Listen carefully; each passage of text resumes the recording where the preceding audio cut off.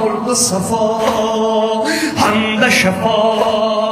Kerbela, Kerbela, Kerbela, sana feda var veba. Kerbela, Kerbela, Kerbela, sana feda.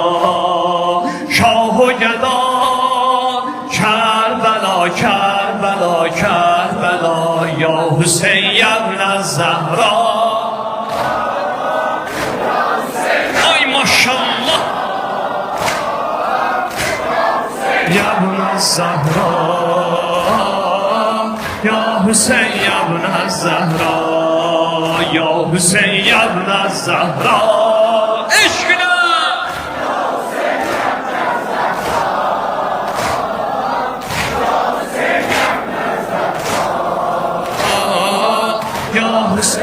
ibn Zehra, sevza ederim bir vasiyet, kafana bunu kâr bükender.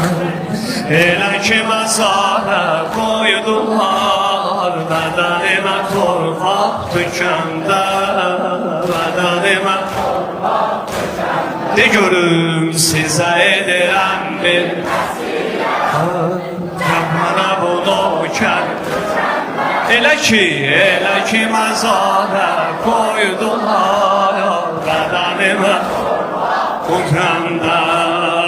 Əvvəl oxuyun susuz adamın rozəsini, eşidib Hüseyin vay səsini, eşidib Hüseyin vay səsini.